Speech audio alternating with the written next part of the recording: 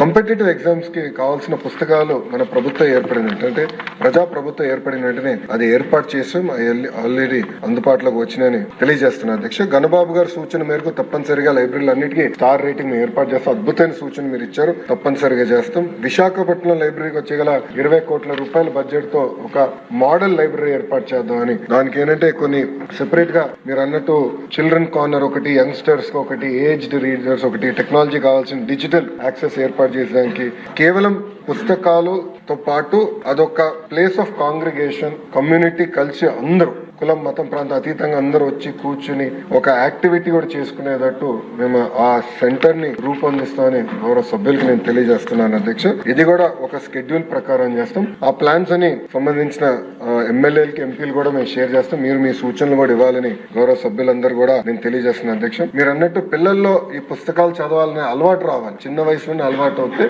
ఈ ఫోన్లకి అన్నిటికీ కొంతవరకు దూరంగా ఉంటారు. ఆపేస్తారు నేను అన్ను, కొంతవరకైనా దూరంగా ఉంటారని బలంగా నమ్ముతున్నాను. అది మా ఇంట్లోనే మేము పాటిస్తున్నాం. దానివల్ల ఎంత మార్పు వచ్చిందో దేవాంశం నేనే చూశాను స్వయంగా.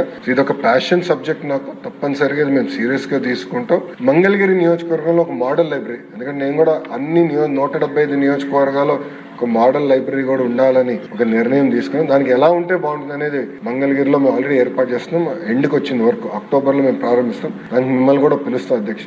రాబోయే 6 నెలల్లో ఈ లైబ్రరీస్ లో మార్పు అనేది మీరు చూస్తారు.